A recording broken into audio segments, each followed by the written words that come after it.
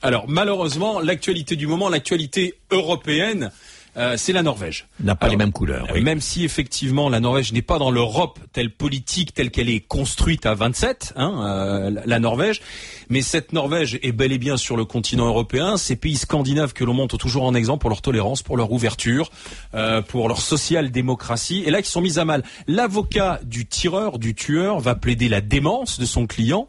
Est-ce que c'est une tuerie politique à laquelle on a assisté en Norvège, Jean-Marie Cavada? À mon sens, oui.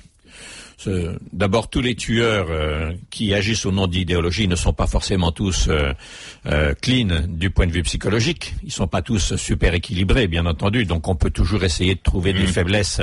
Mais c'est incontestablement une tuerie politique parce qu'elle a été préparée. Parce que, deuxièmement, cet acte isolé n'est isolé que du point de vue du doigt sur la gâchette, mais il baigne, et l'homme, par ses écrits préalables, par son goût des uniformes, je dirais démonstratifs, a montré qu'il suivait un chemin extrémiste régulier, je dirais déterminé, et on ne sait pas si on a affaire à quelqu'un qui a commis un crime contre l'humanité, cette qualification ne me gênerait pas d'ailleurs par parenthèse, ou à quelqu'un qui est une sorte de dément absolu. Toujours est-il que les mots qui ont été mis autour du fusil automatique et autour de l'acte de tuerie, ce sont des mots de chasse à l'islam, chasse à la différence, enfin bref. Quelque chose qui sent très mauvais en Europe, en tout cas. Alors justement, en Norvège, le parti populaire norvégien, le parti de la droite nationale, est la deuxième force du pays aujourd'hui. Dans toute cette Europe du Nord, on voit en ce moment monter le populisme. Il y a une réponse politique à apporter où certains disent on aura d'autres phénomènes de ce genre, tels qu'on a connu le fascisme vert avec les fondamentalistes islamiques. On risque de connaître aujourd'hui un fascisme fondamentaliste d'extrême droite. Vous êtes d'accord avec cette analyse? Écoutez, j'ai deux choses à vous dire sur ce sujet rapidement. D'abord, je ne suis même pas d'accord, et vous me le pardonnerez, avec la formulation que vous employez, parce que c'est pas une droite. C'est au contraire, je dirais, un extrémisme absolu, et je ne fais pas de différence entre les armes prises par les gens d'extrême droite, comme on le dit, et ceux de l'extrême gauche lorsqu'ils furent armés en Europe. C'est déjà arrivé dans les décennies précédentes. Il s'agit là d'un radicalisme qui est, je dirais, totalement anarchiste et qui a pour but de casser la démocratie. La première chose qu'il faut savoir, et il y a tache d'huile, en effet, vous avez raison de le souligner en Europe, il y a tache d'huile. J'en dirai un mot tout à l'heure, notamment sur le risque hongrois, mais il y en a d'autres. Eh bien, la première chose, c'est que ces gens sont les ennemis de la démocratie, qu'ils appellent la plutocratie. Ce sont des gens qui veulent la violence pour casser des États. Et qu'est-ce que c'est ça? C'est l'arme de ceux qui sont des groupuscules pour prendre le pouvoir par rapport aux urnes qui sont la majorité naturellement qui s'exprime. Et il faut faire très attention à ça. Et notamment, je pense que les partis politiques qui appellent aux urnes doivent modérer leur langage et ne cautionner rien du tout, ni par les mots, ni par les attitudes, de telles choses. Pour une raison simple, c'est que l'environnement tolérant que l'on voit en Europe depuis une quinzaine d'années, depuis Jörg Haider en Autriche, évidemment, il a fait des petits. Et petit à petit, ça légitime une sorte d'intolérance larvée. Puis un jour, il y a un fou ou pas fou, d'ailleurs, qui passe à l'acte. Oui, mais qui passe à l'acte. Aujourd'hui, lorsqu'on entend le Danemark aux Danois, lorsqu'on entend la Hongrie aux Hongrois, la Pologne aux Polonais, la Norvège aux Norvégiens, quelle réponse politique doit apporter l'Europe? Est-ce qu'elle doit entendre cette colère et y apporter une réponse, ou est-ce qu'elle se dit non, c'est une espèce d'épidermie, de colère épidermique qui n'est pas fondée, il n'y a pas matière à réponse? Oh non, naturellement, on doit entendre ça et on doit le traiter. Mais comment? La première réponse, à mon avis... En revenant sur l'espace Schengen, par exemple? Alors, non, certainement pas, d'ailleurs. La grande maladie de l'Europe, c'est que nous sommes le cul, si vous me passez l'expression, entre deux chaises. Nous sommes entre deux situations. Oui. Les pouvoirs nationaux ont été largement délégués à Bruxelles, et pourtant Bruxelles n'a pas de pouvoir communautaire suffisamment fort pour pouvoir régler des choses, et je dirais celles qui sont essentielles. Par conséquent, il n'y a que pendant les crises qu'on voit un pouvoir communautaire fort qui, je dirais, dépasse même l'esprit et même souvent la lettre des traités. Et c'est dans ce cas précis, tant mieux. On vient de le voir la semaine dernière à Bruxelles.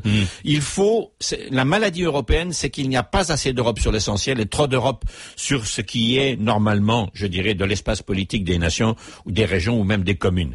Et il faut redresser cette affaire européenne pour que les Européens se sentent à la fois puissants dans la mondialisation et protégés dans leur vie de tous les jours. Et ça, l'Europe ne sait pas pas le faire parce qu'elle n'est pas allée au bout de son rêve. Oui, mais justement, pourtant cette Europe, on a continué de la construire malgré le non qu'ont pu dire les peuples à certaines consultations.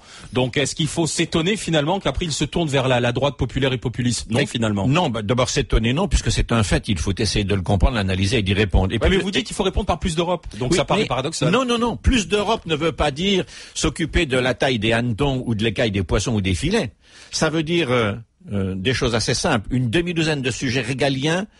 L'Europe, pour moi, c'est le lieu politique où les États doivent souscrire quand ils ne peuvent pas tout seuls résoudre les problèmes. Alors, qu'est-ce qu'on peut pas résoudre? Les déferlements des attaques des marchés. C'est-à-dire tout cet épouvantable maquis financier. Qu'est-ce qu'on peut pas résoudre tout seul? La défense du continent. Or, on a besoin d'une défense et d'une diplomatie pour compter. La monnaie, d'ailleurs, c'est d'une certaine manière, non seulement le reflet de l'économie, mais le reflet de la souveraineté politique et militaire des continents. Et nous n'en avons pas. On s'est dit un peu du chacun pour soi. Autrement dit, l'Europe doit s'occuper de l'immigration. Voilà le sujet dont il faut parler. Et qui est au cœur, justement, de ces votes aujourd'hui vers les droites populaires. Qui est un des sujets. Il y a le chômage, il y a le sentiment de perdre l'autonomie. De perdre une identité. De perdre une identité de son propre pays. Oui, mais si vous voulez, aux États-Unis, les gens qui habitent en Virginie ou en Californie ou au Mexique, qui sont trois formes de vie très différentes, ils n'ont pas le sentiment de perdre leur identité au motif qu'ils font partie de la Fédération américaine, des États-Unis d'Amérique. Non, mais les États-Unis d'Amérique s'occupent d'une partie régalienne des pouvoirs qu'aucun des États qui la composent ne sait résoudre tout seul. C'est ça qu'on doit faire en Europe, voyez-vous. L'immigration, c'est un sujet qu'il faut mettre sur la table dans cette campagne électorale. L'immigration, l'Europe en a besoin. Certains pays plus que d'autres. Mais on en a besoin. L'Europe, on en a besoin. Vous le dites clairement, Jean-Marie Cavada. Naturellement, pour son économie, déjà. Cyniquement pour son économie. Ah oui, mais alors quand on entend le ministre de l'Intérieur déclarer ceci, vous répondez quoi? Écoutez, les Français, à force d'immigration incontrôlée, ont parfois le sentiment de ne plus être chez eux, ou bien ils ont le sentiment de voir des pratiques qui s'imposent à eux et qui ne correspondent pas aux règles de notre vie sociale. Qu'est-ce qu'il dit? Il dit la vérité, Claude Guéant, ou il alimente justement le populisme, Claude Guéant? Sur un fond de constat réaliste. Le sentiment de devoir céder ses pratiques culturelles devant d'autres pratiques culturelles. C'est un fait, les gens le disent. En revanche, tout responsable politique devrait vraiment se dispenser d'ouvrir une boîte de Pandore dont personne n'a la clé pour la refermer. La deuxième chose que je veux dire, l'immigration est un sujet si grave qu'il ne fait finalement que le bénéfice des partis politiques extrémistes, justement, et qui, eux, en font une base de leur programme. Mais nous avons besoin d'immigration en Europe. L'Allemagne en a besoin, la France aussi. Alors, qu'est-ce qu'il faut faire? Il faut faire, je pense, une chose très claire. Le système canadien, c'est-à-dire l'immigration choisie, volontaire et librement débattue. Les pays doivent dire, à l'intérieur de l'Union, de combien de migrants ils ont besoin pour faire tourner leur économie, et doivent s'engager dans les valeurs républicaines de notre pays, à en faire des citoyens français, du point de vue de la pratique politique, du respect de la République, tout en garantissant la libre expression de leur culture et de leur culte. Autrement dit, les pays font une demande et c'est l'Union qui devrait, contrôler le volume de l'immigration. Vous délégueriez le système migratoire à l'Union européenne, qui dirait... Pas la demande. D'accord. Mais la France dirait à Bruxelles... J'ai besoin de 300 000 immigrés cette année, pas un de plus. Eh bien, Bruxelles dira vous à tel, l'Allemagne en a besoin de temps et temps, et elle contrôle que le volume soit celui-là. Alors, qu'est-ce que ça veut dire? Ça veut dire un contrôle extrêmement précis de Schengen. Ça veut dire qu'il faut un contrôle des frontières terrestres beaucoup plus fort, et un contrôle des frontières maritimes à travers Frontex, l'agence existe, beaucoup plus fort. Mais qu'on me réponde pas que c'est pas possible. Le système des gardes-côtes américains existe, fonctionne.